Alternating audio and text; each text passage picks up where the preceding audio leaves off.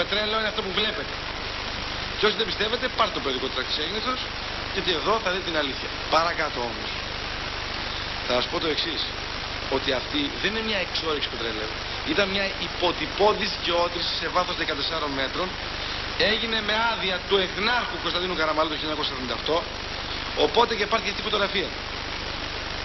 Αυτή η φωτογραφία βλέπετε ότι υπάρχει το 1978. Και αποδεικνύεται, ξέρετε από τι? Από τα πρόσωπα που πρωταγωνιστούν σε αυτή τη φωτογραφία.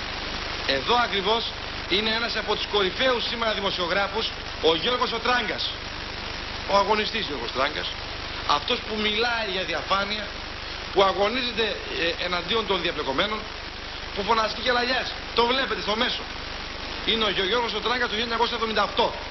Και αυτή η φωτογραφία δείχνει πως αναβλύζει το πετρέλαιο στο κερί της Ακίνθου το 1978. Δεξιά είναι ο Σοφιανόπουλος, ο πρόεδρος του Κόμματος Ελληνισμού, ο άνθρωπος που ηγείτο τη σκροπή και που μετά από αυτή την εξόρυξη των 14 μέτρων, στο δεξιά, το βλέπετε, στο κερί της Ακίνθου έγινε μια υποτυπώδης εξόρυξη.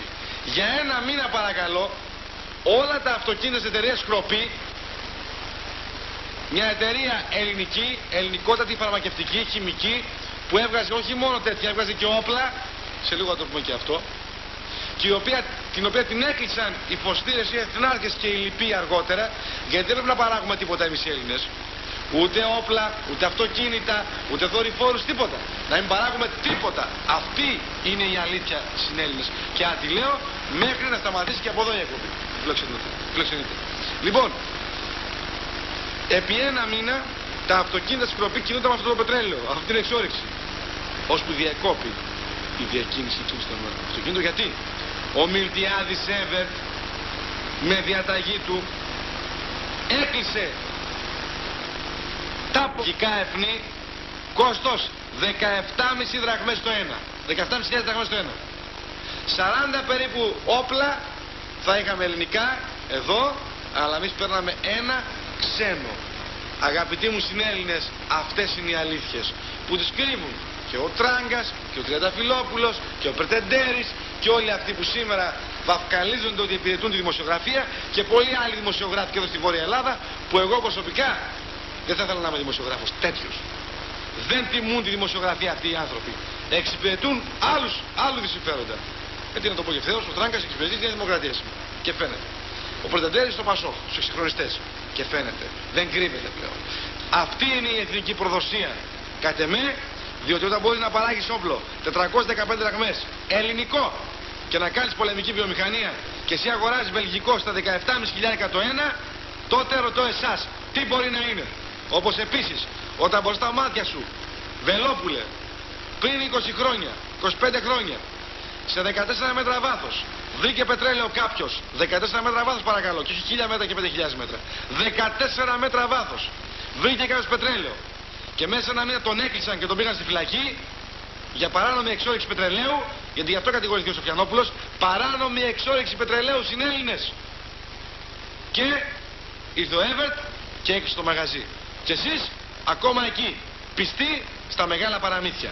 Και επαναλαμβάνω, η ιστορία με την πολεμική μας βιομηχανία συνεχίζεται και σήμερα. Η Ελβό ξεπουλείται. Ξεπουλείται γιατί μάζεψαν το συρφετό εκεί μέσα των υπαλλήλων, δεν μπορούν να τις πληρώσουν τώρα και οδηγούμαστε στην περίφημη ιδιωτικοποίηση Κόκαλης και Μυτιληναίους από πίσω. Αυτά δεν κρύβονται, τουλάχιστον από μένα. Από άλλους κρύβονται. Θέλω όμως να το σχολιάσουμε μαζί. Την εικόνα. Την εικόνα που μιλάει από μόνη της. Πώς χαρακτηρίζετε τον Τράγκα, τους εθνάρχες και όλους τους πέρασαν από την Ελλάδα. Εσείς οι Καραμαλικοί. Εσείς οι Ευερτικοί, εν πάση περιπτώσει. Οι Παπανδρεϊκοί. Τηλεφωνήστε και πέστε στην εκπομπή. Κύριε, να η εικόνα, να ο Τράγκας, να το πετρέλαιο κατά αριστερά. Δεν είναι δική μου εικόνα αυτή. Στα 14 μέτρα βάθος είναι η εξόρυξη του πετρελαίου αυτή. Το επαναλάβα. Θέλω να μου πείτε την άποψή σας. Να ακούσω επιτέλους οπαδούς των κομμάτων, ψηφοφόρους, οπαδούς. Γιατί τέτοιοι είναι τελικά. Τέτοιοι είναι οι περισσότεροι. Να κάνουν κριτική επιτέλους, να τολμήσουν. Και να πούν, κύριοι, εδώ κάτι δεν πάει καλά. Κάτι δεν πάει καλά. Γιατί δεν παρεμβαίνετε να πείτε, κύριε, αυτό είναι έσχος. Πετρέλαιο στα 14 μέτρα και το έκλεισαν. Με εντολή του Μιλτιάδη Εύερτ, έτσι. Επί Εθνάρχου Καραμαλή, επαναλαμβάνω. Και αργότερα τα όπλα τα βλέπετε. 415 δραχμές το ένα στοίχιζε τα όπλα Και εμείς πήραμε 17.500 τα F. Δεν λέω ότι τα βελγικά F δεν είναι καλά όπλα. Είναι. Τέτοιο είχα και εγώ.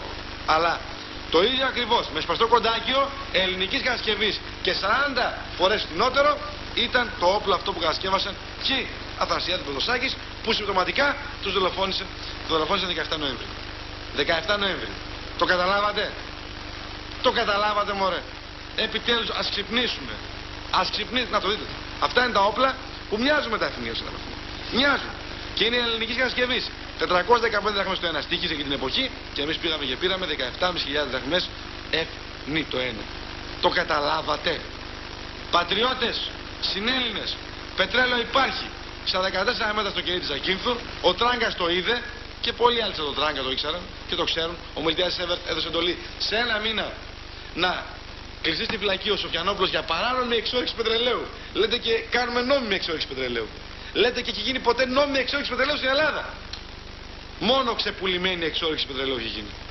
Εξεπουλημένη υπό την έννοια ότι πρέπει να είμαστε εκεί, σιδεροδέσμοι. Και ρωτώ εσάς, πέστε μου σήμερα, 2000, συγγνώμη, ένα χρόνο πίσω, τι παράγει ο τόπος μας. Τι παράγουμε σε επίπεδο βιομηχανίας, βαριάς βιομηχανίας. Πέστε μου κάτι, κάτι. Και θέλω επιτέλους να κάνετε κριτική, μωρέ. Κριτική στο κόμμα σας, μωρέ. Πάμε στις τηλεφωνικές δυνάμεις, παρακαλώ. Χαίρετε.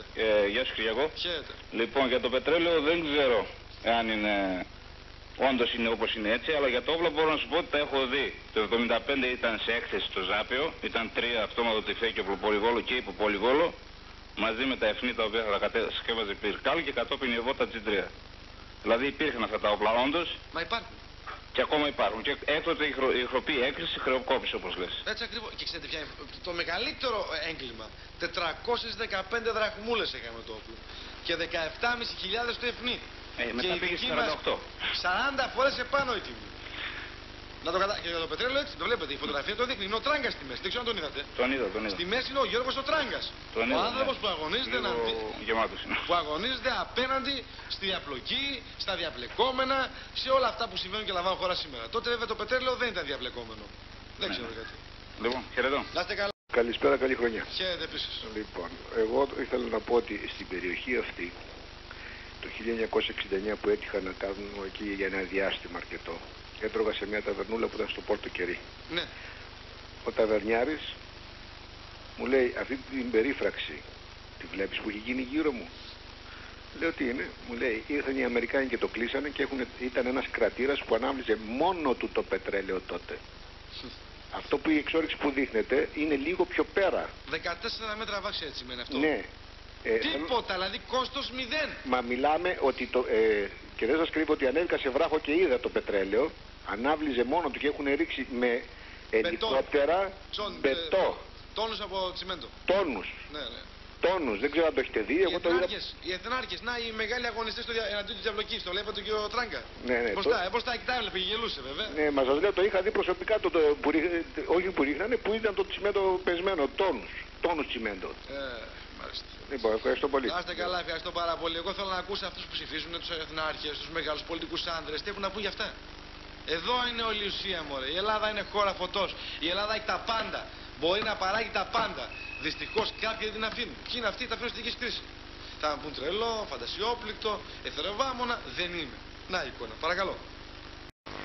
Γενικό συμπέρασμα είναι ότι στη συνθήκη η οποία οικολούθησε τη Βόρειο Ήπειρο που την πήραμε τον Ιανουάριο του 20 και τη συνθήκη η οποία μας έδωσε από την Καβάλα μέχρι και την Τζαλτάζα την Κωνσταντινούπολη απ' έξω, έτσι, Ναι. δεν έχουν ενημερωθεί οι Έλληνες από το ελληνικό κράτος. Όταν λοιπόν η Ελλάδα άρχισε να γίνεται μέλος της καταναλωτικής κοινωνίας του πετρελαίου, έγινε μεγάλη προσπάθεια, επειδή η Ελλάδα έχει πολύ πετρέλαιο, αυτό να αποκρυβεί.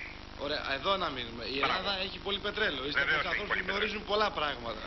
Και ήρθε τότε και ένα σχέλι από την Αμερική, ο οποίος είχε δεσμεύσει τις περιοχές και ποτέ δεν ευρέθη πετρέλαιο στην Ελλάδα. Γιατί δεν έχει πετρέλαιο στα χαρτιά. Η Ελλάδα έχει πάρα πολύ πετρέλαιο. Στα χαρτιά λέω δεν έχει. Ακριβώς. Όταν λοιπόν τότε εγώ πήγα για πρώτη φορά στη Ζάκυνθο και μου είπαν, ξέρεις, η Ζάκυνθο έχει πετρέλαιο, έμεινα έκπληκτος.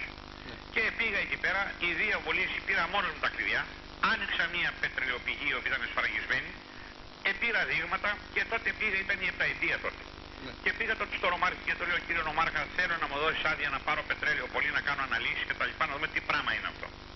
Και ο Νομάρχης λέει: βεβαίως κύριε Φιονόπουλε, σήκωσε το τηλέφωνο, να έρθει ο αρμόδιος, λέει, μέσα, δώσουμε εντολή στη χωροφυλακή να μην τον πειράξουν. Του λέει: κύριε Νομάρχα, έχετε σε όλα δικαίωμα, αλλά δεν έχετε δικαίωμα στο πετρέλαιο.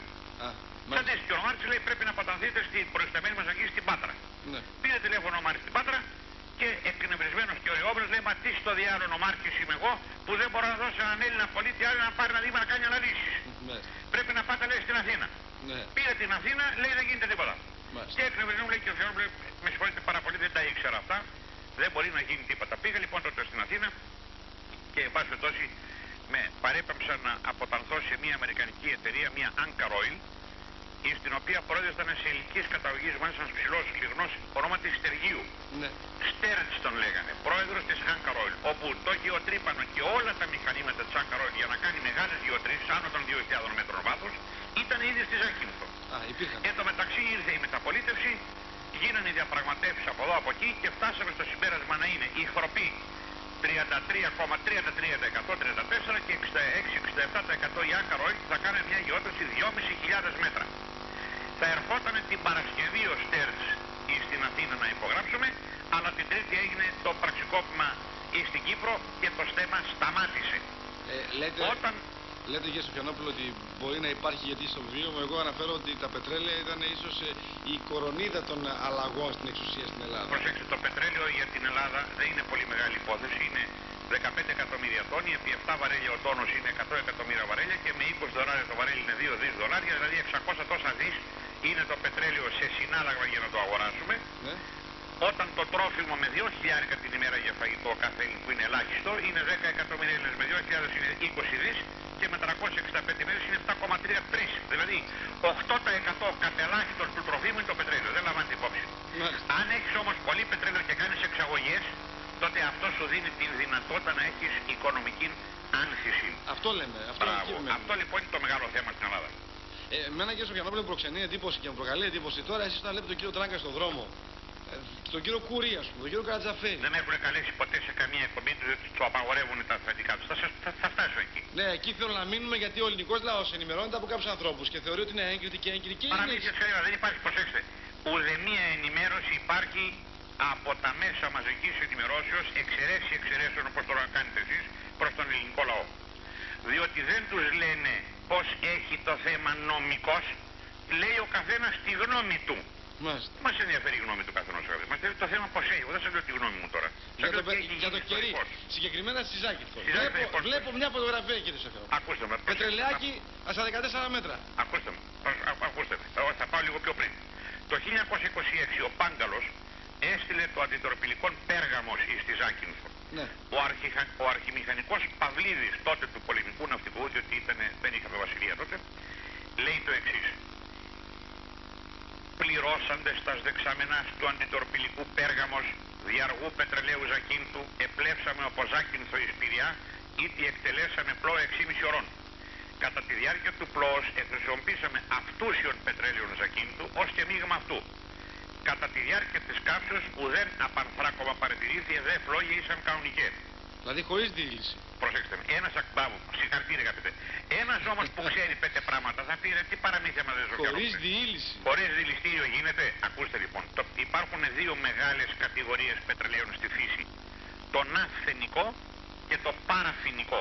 Μάλιστα. Παραφινικό που έχει κεριά μέσα. Ναι, που είναι... Το 90% είναι παραφινικά τα πετρέλαια στη φύση, αλλά υπάρχουν και τα ναυθενικά και ναυθενικό είναι το πετρέλαιο της Ζακίνθου. Στη λαϊκή έκφραση κύριε Σοφιανόπουλε βάζουμε το πετρέλαιο και κινούμε κάτι. Μπράβο. Όπως λοιπόν βγαίνει το πετρέλαιο από τη γη στη Ζάκυνθο, χωρίς δηληστήριο, διότι είναι ειδικού βάρους 1,014-1,028, δεν έχει πτυτικά, δηλαδή αυτά τα αέρια που καίνε στα δηληστήρια και δεν έχει κίνδυνο εκρήξεων, μπορείς να το κάψεις σε καυστήρες μαζού 3.500 ή της μπρος δίζελ. Να πω δε κύριε Σοφιανόπουλε, επικουρικά αν θέλετε και ως αρρωγός να σταθώ δίπλα σας, στην αρχαία Ελλάδα έχουν αναφερθεί τέτοιου είδους μεταλλεύματα. Μάλιστα στη Ζάκυνθο συγκεκριμένα υπάρχει αναφορά από ένα αρχαίο ιστορικό ότι υπάρχει εκεί το μείγμα που το καίει και καίγεται συνεχώς. Εκεί υπάρχει η πηγή του Ηροδότου, όπου γράφει ακριβώς ο Ηρόδοτος. στη Ζάκυνθο είδα ο ίδιος άσφαλτο να αναβλύζει για το νερό της θαλάσσης. Ακριβώς. Εκεί υπάρχουν πολλές λιμνίτσες, εκ των οποίων η μεγαλύτερη είναι 70 πόδας. Μάλιστα. Μέσα στο νερό αυτό ενεβάπτισα κλάδων μυρδιάς, της οποίας στην κορυφή όταν την έβγαλα έξω είχε χαρακτηριστική οσμή ασφάλτου, η οποία είναι το καλύτερο αυτής της πιερίας. Δηλαδή ο Ηρόδοτος λέει ότι μας δείχνει ότι στην Κατερίνη απ' έξω το πετρέλαιο στην επιφάνεια. Έτσι. Τι γίνεται λοιπόν εκεί, είδε υπάρχει και η αναφορά ότι πήγε ο Οδυσσέας και πισάρισε τα καράβια του. Ακριβώς. Μπράβο. Τι γίνεται λοιπόν τώρα. Εν συνεχεία ο Πάγκαλος έστειλε το αντιτορπιλικό Πέργαμος και εν συνεχεία άλλα 3 αντιτορπιλικά, τα οποία βάζανε πετρέλαιο Ζακύνθου, ήταν τα περιβόητα θηρία Ιέραξ, Λέων, Αετός και Πάνθιο. Και έκανανε γυμνάσια. Μάλιστα. Αυτά γινόταν το Μάιο του 26. Τον Αύγουστο του 26 τούμπα ο Πάγκαλος. Δηλαδή δωρεάν γυμνάσια έκανα. Ακριβώς. Είχαμε δηλαδή αυτονομία στόλου με ελληνικά καύσιμα, διότι τα καύσιμα τότε τα τορπιλικά έχουν περίπου 60.000 ύπους. Ναι. Και αν έχουμε δίζελ μηχανές, ούτε το καράβι ολόκληρο ήταν μηχανές δεν θα βγάζει τόσο. Έχουμε λοιπόν ατμοτουρμπίνες. Μάλιστα. Έχουμε λοιπόν μικρές ατμοτουρμπίνες υψηλής πιέσεως 45 περίπου ατμόσφαιρες, 6-7 στη γραμμή, 8 ανάλογα το καράβι, και έχουμε 2 μικρές τουρμπίνες, οι οποίες φωτογραφίζω σας, οι οποίες παίρνουν τον ατμό που κάνουν αυτές τα μικρά ατμοκάζανα και γυρνάνε. Κύριε Σογιανόπουλε, θέλω να ξαναμείνουμε λίγο στο θέμα της περιοχής στο κερί και στο πετρέλαιο. Ναι, τα είπα όλα αυτά για να αντιληφθεί ο κόσμος ότι το θέμα δεν είναι και απλό. πολύ ορθώς πράξατε. Εγώ θα μείνω γιατί έχουμε και ένα άλλο θέμα να συζητήσουμε. Δεν σε ενημέρωσα. Το θέμα των όπλων. Μπράβο, θα φτάσουμε. Θα φτάσουμε και εκεί γιατί εκεί έχει Όταν μεγαλύτερη λοιπόν αξία. εγώ έκανα όλη αυτή την έρευνα η οποία έγινε εμπρός, Ναι, έγινε όλη αυτή η έρευνα καδών κτλ. Φτάσαμε στο σημείο να πάρω μια άδεια από το Ζάκο, εντωμεταξύ είχε γίνει η ΔΕΠ, Δημοσία Επιχείρηση Πετρελαίων. Μάλιστα. Από τότε που έγινε η ΔΕΠ δεν βγήκε πετρέλαιο στην Ελλάδα. Μάλιστα. Η ΔΕΠ έγινε για να θάψει το πετρέλαιο. Κατανοητών. Υπήρχε το ΕΘΙΓΜΕ, το Εθνικό Ίδρυμα Γεωλογικών και Μεταλλευτικών Ερευνών. Ο Καραμαλής το χώρισε αυτό στα δύο, έκανε το ΙΓΜΕ, το Ινστιτούτο Γεωλογικών και Μεταλλευτικών, και την ΔΕΠ, Δημοσία Επιχείρηση Πετρελαίου, που από τότε που έγινε η ΔΕΠ δεν βρέθηκε ούτε μια σταγόνα πετρέλαιο στην Ελλάδα. Έχουν εξοδέψει τα δισεκατομμύρια των δισεκατομμυρίων και το διαγωνισμό που προκηρύξανε τον κάνανε στο Λονδίνο και στη Μασαχουσέτη, στην Αμερική.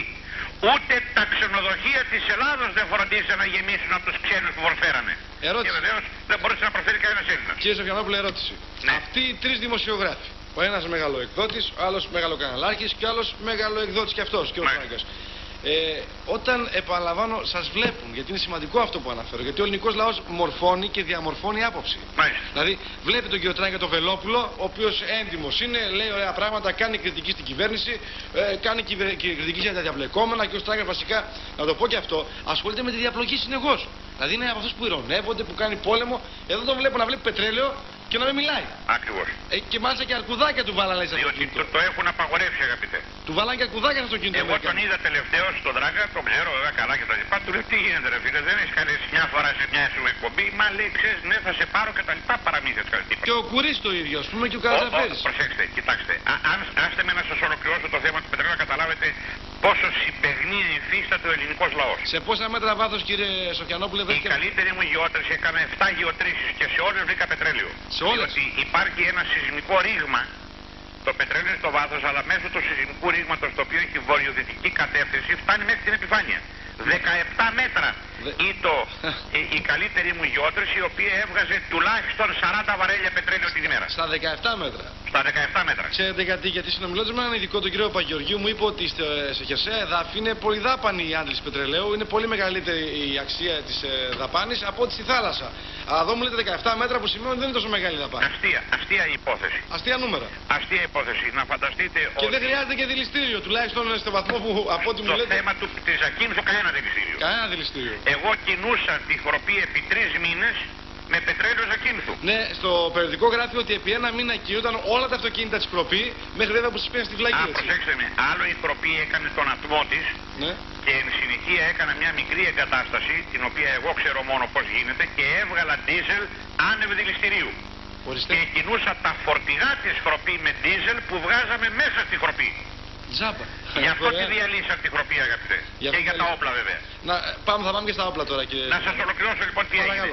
Όταν η ΔΕΠ, Δημοσία Επιχείρηση Πετρελαίου, ο καθηγητής ο Ζάχος τότε, φαίνεται δεν ήξερε και μου έδωσε την άδεια, αλλά για να κάνω μόνο πειράματα και αναλύσεις και να αναφέρω αυτά τα οποία έβρισκα.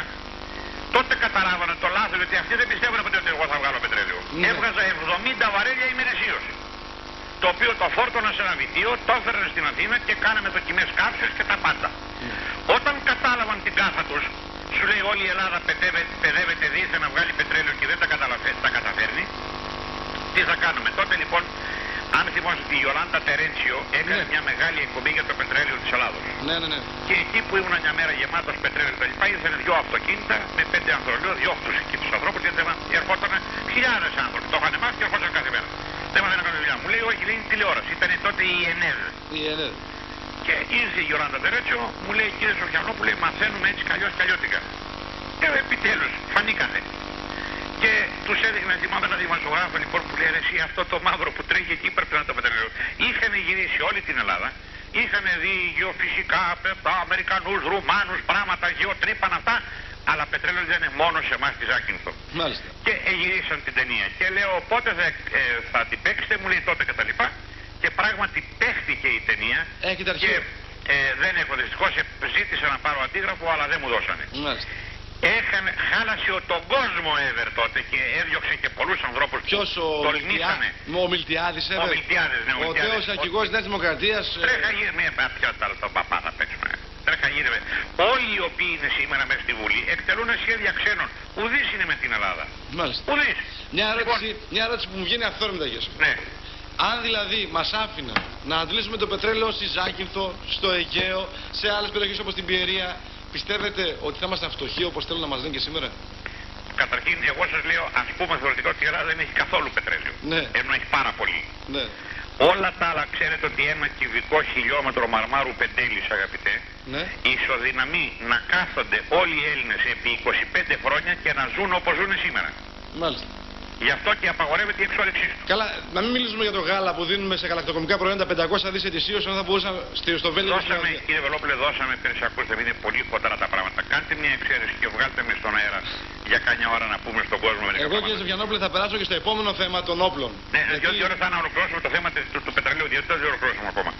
Πέρσι, να κάνω παρένθεση, πέρσι δώσαμε για κρέας γάλα τυρί 1 τρισεκατομμύριο. Είναι αυτό που λέω και ο καθένα. 1 τρισεκατομμύριο. Στο Βέλγιο και στην Ολλανδία δίνουμε 600 δις που είναι μια περιοχή όπως η Μακεδονία και η Θεσσαλία. Μπράβο, ξέρετε ότι όταν μπήκαμε στην κοινή αγορά μας δώσανε 63 κιλά κατά κεφαλία για λαδινό γάλα και όλοι φωνάζαν τι πράγματα είναι αυτά, διότι ήδη 630.000 τόνες ήδη παράγαμε 800. Όταν η Πορτογαλία και η Ισπανία μπήκαν μετά από 12 χρόνια στην κοινή αγορά, η Ισπανία πήρε 2,5 φορές το γάλα της Ελλάδος κατά κεφαλήν και η Πορτογαλία με 200.000 μικρότερο πληρό πήρε 3 φορές το γάλα της Ελλάδος. Αυτό σημαίνει ότι κάποιοι δεν μας θέλουν. Είμαστε οι τελευταίοι στην κοινή αγορά με τον πρώτο τελευταίο να έχει 2,5 φορές το γάλα το δικό μας. Μάλιστα. Να πάμε τώρα στα... Πάμε τώρα να ολοκληρώσουμε το παιδί και πάμε στα όπλα. Να ολοκληρώσουμε για να πάμε στα όπλα. Όταν τελικώς ο Εύερτ με κορόιδεψε, με εξυπάτησε, ο Καραμαλής του έδωσε εντολή στο σπίτι της Χόρν, της Γουλανδρή δηλαδή που είχε παντρευτεί το Χόρν στο σπίτι στην πρωτοχρονιά που ήμουν καλεσμένος. Εγώ δεν κάθισα στο τραπέζι. Ήμουν τόσο εκνευρισμένος και ήρθε η Γουλανδρή και μου λέει κύριε Σοφιανόπουλε θα κάτσετε μαζί μας. Λέω να κάτσω στο τραπέζι, ήμουνα 2 θέσεις πιο εκεί από τον Καραμαλή. Θα γίνουμε λέω βίδες, άσε μην χαλάσουμε τη γιορτή. Λοιπόν, και αφού έγινε φώναξε ο Εύερτ, ο Καραμαλής τον Εύερτ, του λέει Ελλάδα του λέει τι να στάμε το Σοφιανόπουλο εδώ πέρα και λέει δώσει την άδεια αμέσως. Και αντί να πάρω την άδεια μου περάσανε χειροπέδες. Έστειλε τηλεγράφημα ο Εύερτ στο διοικητή χωροφυλακής στη Ζάκυνθο και μου πέρασε χειροπέδες. Υπάρχει στο βιβλίο του Διακογιάννη Σαρκοφάγη του Ελληνισμού. Το έχω διαβάσει αυτό το βιβλίο, ναι. Όσοι έχουν το βιβλίο Σαρκοφάγη του Ελληνισμού προς το τέλος έχει τις φωτογραφίες σε 30 σελίδες, ερώτηση-απάντηση. Έμπαινα στο Υπουργείο Βιομηχανίας και μου λένε ο κύριος... Να θέσω ένα ερώτημα. Ναι. Ο Μιλτιάδης Εύερτ παρέβει διαταγές του Κωνσταντίνου Καραμαλή? Όχι, ο Καραμαλής έπαιζε θέατρο.